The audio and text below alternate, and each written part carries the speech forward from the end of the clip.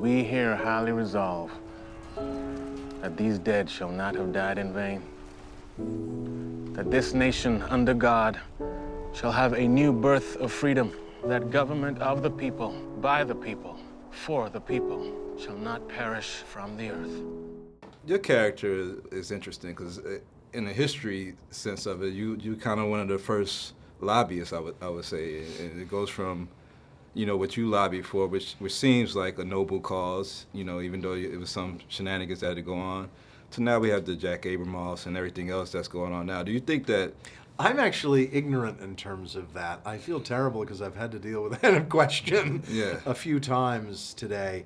And I don't know whether lobbyists were professionals at that time. I don't know whether, I know these guys weren't. I mean, they all did other things and came from other places and functioned within this capacity in the context of these events. But I suspect that there weren't people who were in Washington who made their living by lobbying, but I don't know. I don't know. Yeah. But in this set of circumstances, it was absolutely, it was crucial. It was not going to happen without that. Right. But I also think the thing that also you were speaking to before I rudely interrupted you is the extent to which they were willing to go. Right.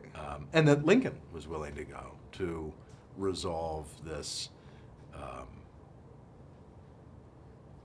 this issue that he felt the passage of the 13th Amendment was what people had been dying for at that time several years.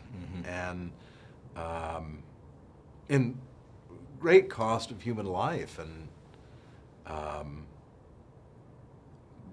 do you ever think about the what if? What if they weren't able to meet this challenge at that time? I mean, do you? I think it's inevitable. Yeah. I think it's inevitable because most other countries in the world, certainly developed countries in the world, came to that. Yeah. But he saw a window of opportunity to have it happen then. And I think it was absolutely tragic, even the notion that this country would go to that war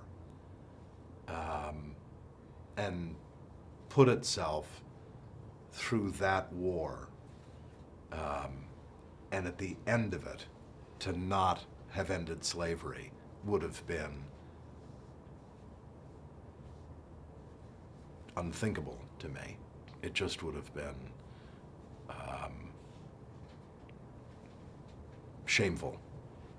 I think it would have been a whole different. I think it would have happened, like you said, eventually. But I think it would have been a whole different country if that timing wasn't. How do you then. tell parents of children that have died that we've seen the result of that since then?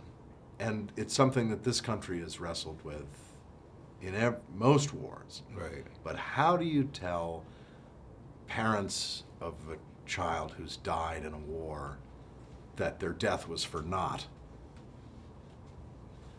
Right.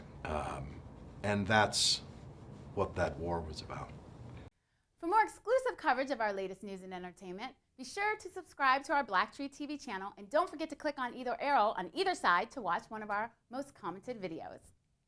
Now, there might be a lot of people in the African-American community that don't like this character, but they better not act like that person doesn't exist, because like you said, they right there in the house, or they up the block, or they Uncle Boo Boo